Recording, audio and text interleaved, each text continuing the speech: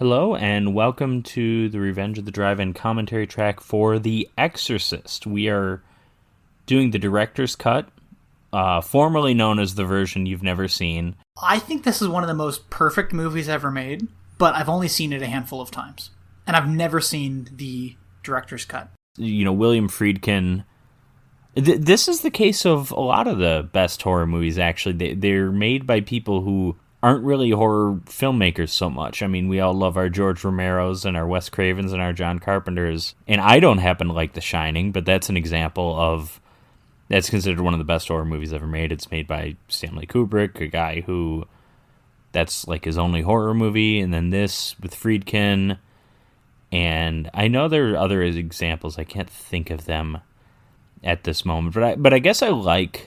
And, you know, I mentioned Romero. Romero is clearly a horror filmmaker, but in a lot of his movies, he doesn't seem to be making them from the perspective of a horror director, i.e. Martin is kind of like this, where it's just like, it's a drama and it has horrific elements, but like there's all the attention to character and to just everything else that you don't always see in horror movies. Haunting of Hill House was amazing. Bly Manor, pretty good. Had its moments, and I don't know about the new one, but I think those are great examples of what makes those so good. Yes, they are scary. And I'm throwing Midnight Mass in here too. Yes, they are scary, but everything around the horror is so well done, like the characters, the drama, that A, it makes the horror more effective, but B, it just has so much more to offer than, like, because the last thing you want, because, you know, what's scary is subjective, just as, like, what's funny is subjective. And yes, yeah. If you go into something and it doesn't scare you and it leaves you very little else to kind of cling to, then what the hell do you get out of it? That's kind of like my thing with The Strangers. I think The Strangers is a pretty effective horror movie, but I've seen hundreds, thousands of horror movies, so I'm not really scared by anything. So, like, what I really need something more, and that's why I like movies. You know, as far as like the horror movies I like The Wicker Man because it's a great like religious story. I like the Universal Monsters movies because those are like all that gothic sets and all of the makeup on the creature design and all those things, and Suspiria and Dario Argento just because the filmmaking is so entrancing. The horror movies I gravitate to aren't necessarily like the scariest ones, because even if someone says this is the scariest movie ever, there's a very good chance it's not going to scare me. Like The Exorcist, for instance. Yeah. And I think this is true of most people who actually watch it in a modern day setting. It's like, is it the scariest movie ever? I don't know, but I certainly understand in 1973 why it might have been. Yeah, absolutely. So in addition to the University of Georgetown and the neighborhood of Georgetown in D.C., some of this film was filmed on campus at Fordham University, and I can point out some of the scenes that I know were. I had also heard, but this has been kind of disputed. I know they built a lot of the sets for this movie, like the interior of the main bedroom, in New York City. I think this was back when I think they had like studios in New York. Now, I guess they still do, but it's just they use it for like morning shows and stuff. It's not really like they don't really use it for movies so much.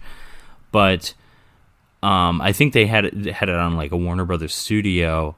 But then I had also heard at Fordham when I went there, it had been reported that the set of the bedroom was built in the building that had the president's office. I don't know if that's true or not, but that's what I had been told. I don't think it is true, but they might have filmed something there. They might have.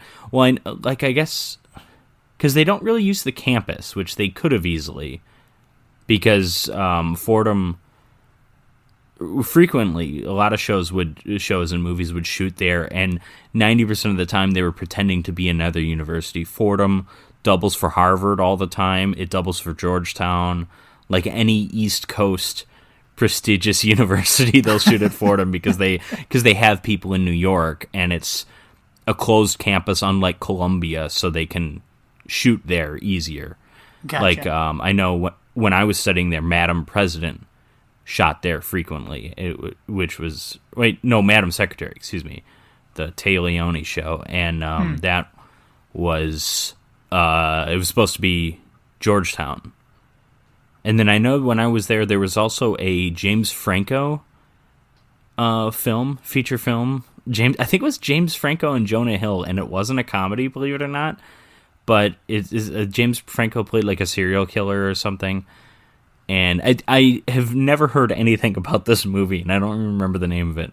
But I knew they had shot there, and I think they shot during like a break, so that kind of sucked because we weren't able to be around there, and I couldn't punch James Franco in the face. But when the trailer dropped, I saw it, and there's like a scene of a big overhead shot of like someone walking across the Fordham campus that I walked across every day, except there's like big mountains in the background, and I laughed because I don't know what they were pretending it was, but clearly they were pretending it was a university in like Utah or Colorado. Maybe it was supposed to be BYU or something, but it was just funny to me.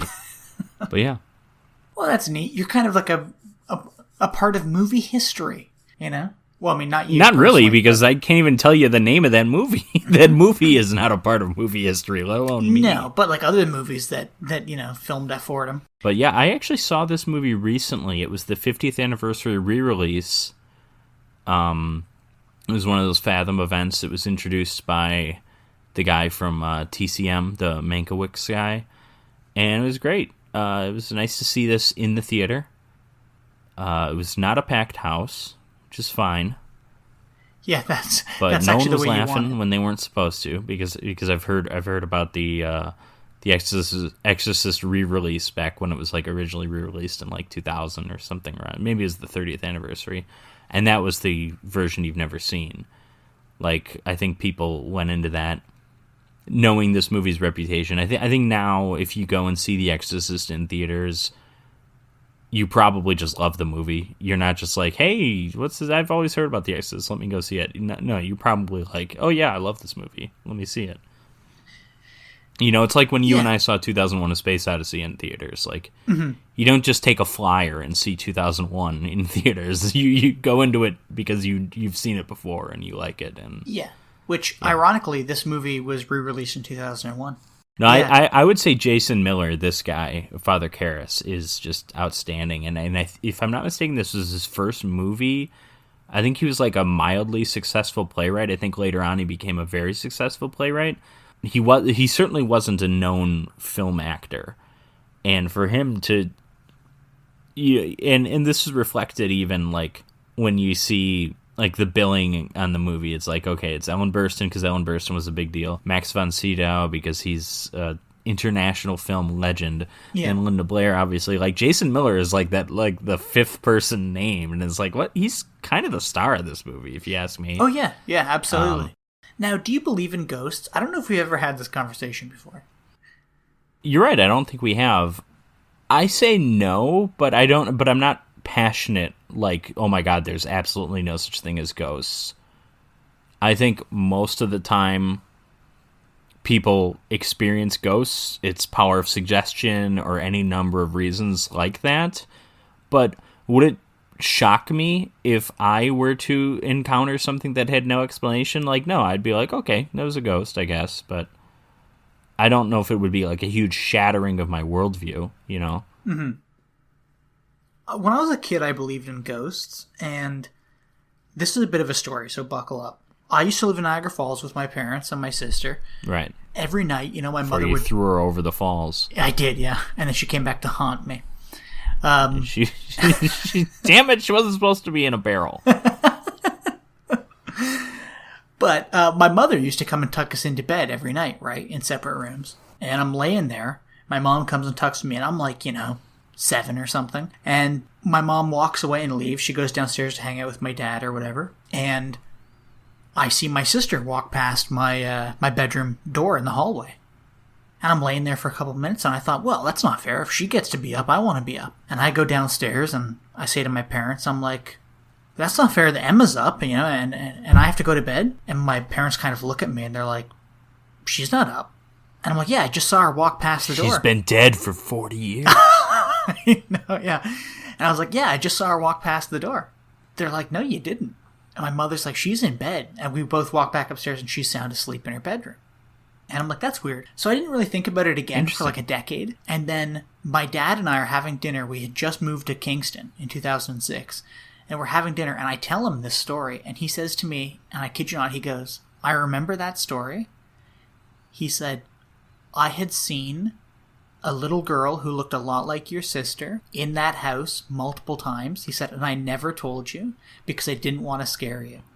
But yeah, my dad was like, I'd seen this girl ghost plenty of times. He said, and like a week or two after the issue that you had, that you thought you saw your sister walking down the hallway, I was downstairs watching football. And he said, I thought your sister had come down the stairs. And I turned to your mom and said, geez, Louise, I thought you put her to bed. Come on, she's still up. She's still walking around the place. Put her to bed. And your mom turned to me and said, honey, she is in bed. So I went upstairs and there she was, sound asleep in bed. And this little girl that came down the stairs was nowhere to be found. And then I worked at an old theater here in Kingston. And there's all kinds of ghostly things happen. I think you told me a bit of this, yeah. All it is my first night working there, I walked up to the dressing rooms, and I walked in, there was a man standing there with like a suit on, and I said, oh, sorry.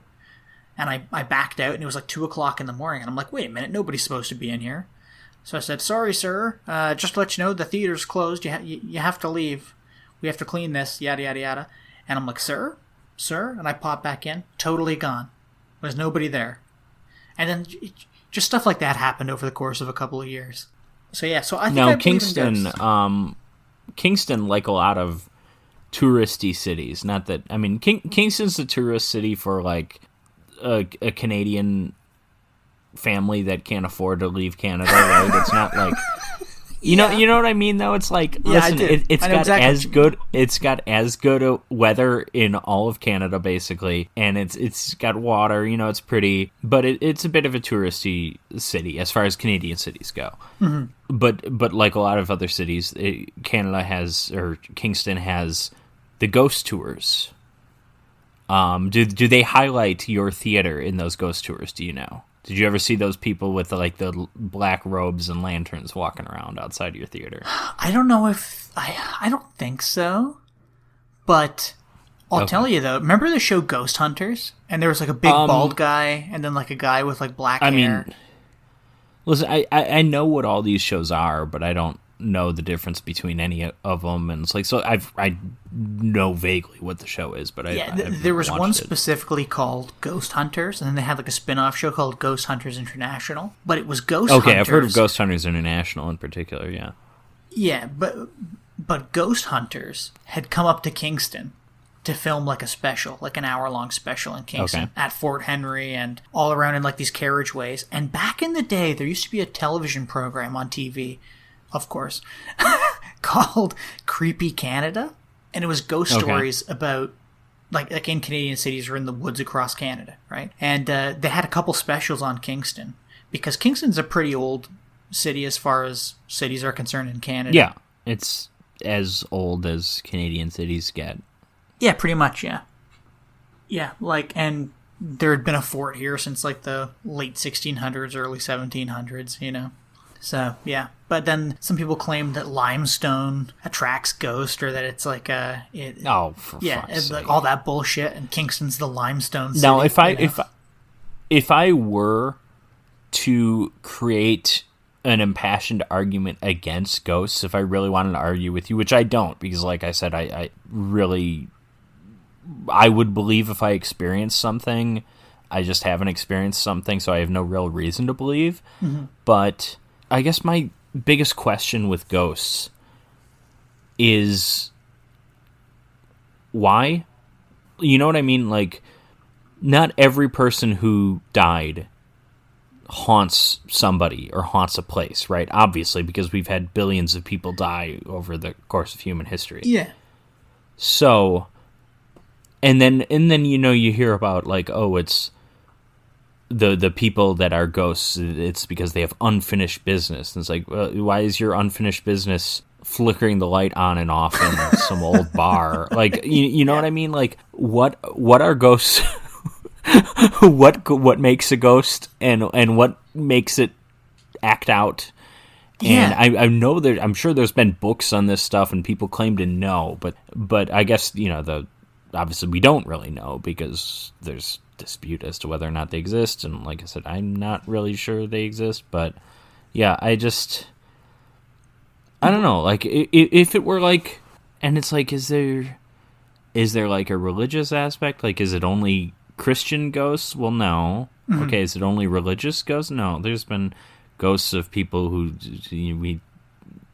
I don't know. And yeah, I don't know. And then it's like, and then there's like different categorizations of ghosts too. Like poltergeists, I think, are supposedly the ghosts that are like violent, and it's like, okay, but like, I don't know. Well, one of my favorite questions I've ever heard asked about ghosts was, why is it always old-timey people that are ghosts? Why isn't there like a ghost of like a hipster who got hit by a bus 2 years ago or something? It's because, again, this is the power of suggestion angle that we imagine. When we think ghosts, we think old Gothic 19th century stuff. We think Henry James. We think... Mm-hmm. So that's, I think that's probably why they tend to be older people. Like, yeah, it was, I don't know. Yeah, I want a ghost from, I want like a Gen Z ghost, like a kid who died young or something, and then this ghost just turns on, takes your phone and opens up TikTok every now and then or something. And you're like, no, this poltergeist is terrible. Yeah, I want some. We need some young blood in our ghosts. Or like a kid who died during like a Tide Pod challenge. Like you walk into the kitchen. Oh, that's a and good your one, Tide yeah. Pods package has been opened. You're like, God damn ghosts! Oh, yeah, why did a ghost go through my laundry? Oh, yeah, that's stop nice. eating all my Tide Pods, you bastards!